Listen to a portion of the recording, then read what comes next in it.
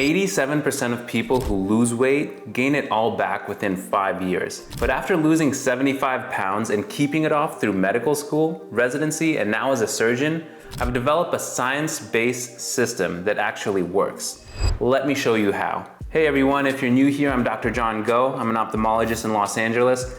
Most people don't know this, but I struggled with weight for years. At my heaviest, I was 235 pounds, unfit, burnt out, trying every new diet and workout program I could find.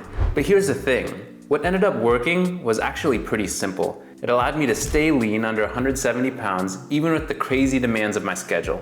In this video, I'm going to show you the simple 3-part system I use to manage my weight and stay fit, even as a busy surgeon. I'll also share how the latest health technology makes the process easier and more efficient, even for the absolute beginner. But before I get into the system, we have to first understand, how do you actually lose weight?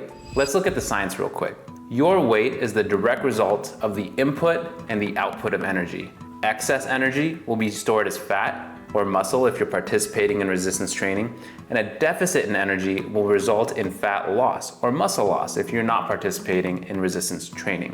1 pound of fat is about equal to 3,500 calories. So if you have a 500 calorie deficit a day, science says that after 1 week, you should lose about a pound of body fat. Personally, I use my Apple Watch or fitness tracker to give me real-time, day-by-day estimations of my calories. It's a better option because it'll integrate your unique energy requirements specific to that day, which in the end provides better data and it'll allow for more predictable weight loss. Understanding how weight loss works allowed me to create an adaptable system, one that worked around my unpredictable schedule. The first pillar is nutrition. For years, I bounced from diet to diet, low carb, intermittent fasting, you name it. What I learned is that what works best isn't just about the latest trend, it's about sustainability. The goal isn't to restrict yourself endlessly.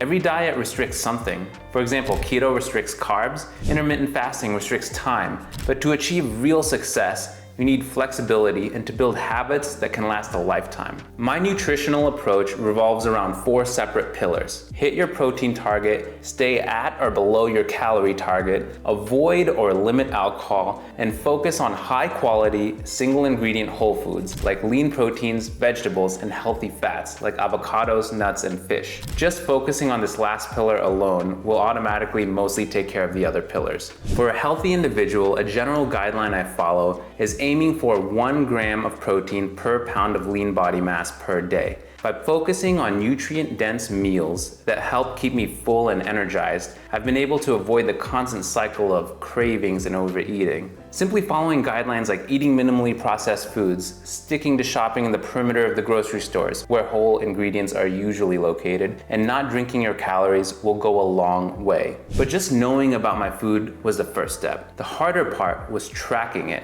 And for that, learning how to properly meal prep ahead of time was a game changer. If you don't have enough time to meal prep, or you'd burn your house down trying, there are ready-made meal delivery services like Factor to ensure you get nutritious meals, and they also provide a list of macros. Another important aspect of nutrition is flexibility. A diet that precludes you from eating out with friends or family or celebrating is simply not sustainable. I learned that it's okay to enjoy the occasional cheat meal as long as it fits within the bigger picture of balanced eating. This flexibility has allowed me to make nutrition sustainable rather than a constant battle. Avoid all or nothing thinking. Don't let one cheat meal derail you for the next 3 days. Be kind to yourself and allow yourself the grace of gradual progress. In the end, the longer it takes you to lose the weight, the more likely you'll be to actually keep it off. But even with the perfect diet, you won't be able to keep the weight off without the second pillar, which is movement. During residency, I didn't have the luxury of spending hours in the gym. Some days, I barely had 15 minutes to work out. That's when I realized something important.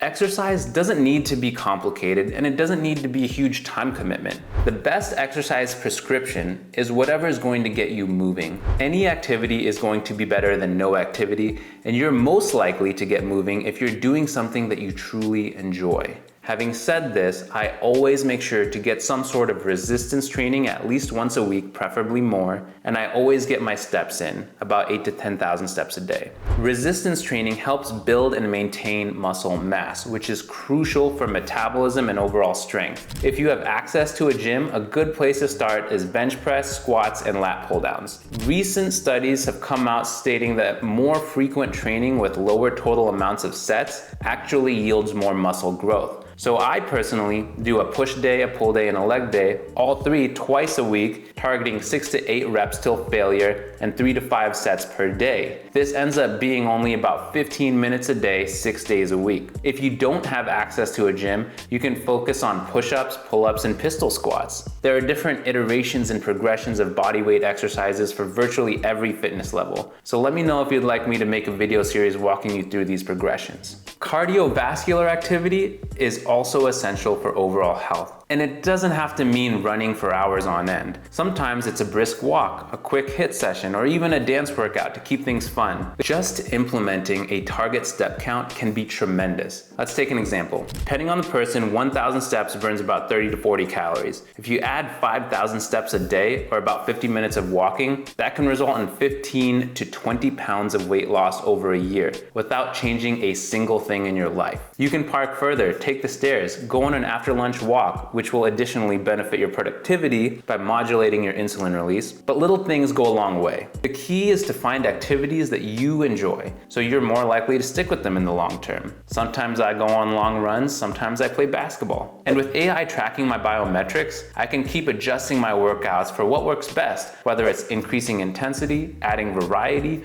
or focusing on recovery. These trackers monitor your HRV and sleep to recommend optimal workouts, which will help maximize growth and minimize the risk of overtraining and injury. This adaptability has allowed me to stay consistent, even during the busiest periods of my career. But there's still one more piece of the puzzle that I had to solve. The final part of my weight management system is sleep, which, as a surgeon, hasn't always been easy. My schedule can be unpredictable, and I used to think sleep was something I could sacrifice. But I learned the hard way that poor sleep can sabotage all the progress achieved through nutrition and exercise. When I wasn't getting enough quality rest, my appetite was out of control, my energy was low, my workouts suffered. I remember a time during training when I was constantly sleep deprived. I found myself reaching for junk food, skipping workouts, feeling overall sluggish. That's when I realized that optimizing sleep was a non-negotiable. Improving sleep can be summed up in 3 main categories: optimize sleep conditions,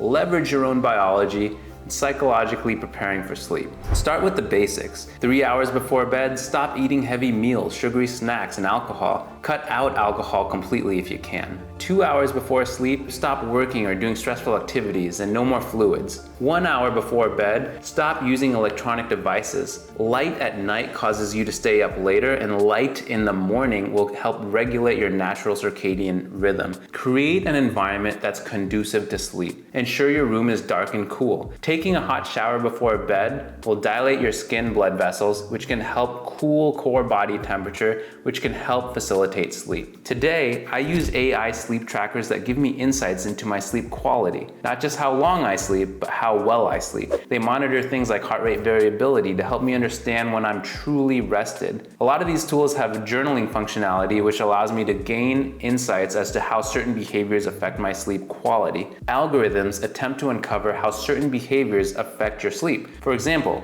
does CBD actually help with your sleep? Do earplugs help? How about sleeping next to your partner? Implementing the recommendations above have made a huge impact on my ability to recover and maintain my weight. Most people struggle with losing weight and keeping it off because their approach is too rigid. The reality is that your diet needs to be something that you can stick with in the long term, for the rest of your life. And because life is crazy and unpredictable, it's hard to build consistency and manage all the moving parts. That's why most plans fall apart. And because I'm focused on 3 big principles, it's really helped me hit and maintain milestones I once thought were impossible. I have so much more energy, I'm proud of how I look, I've gained so much more confidence in myself, not just because of my appearance, but because I've accomplished what I've set out to do. And remember what I mentioned earlier about building an adaptable system? That's a crucial step that most people overlook. If you want more details on how to make your plan adaptable, check out this video here.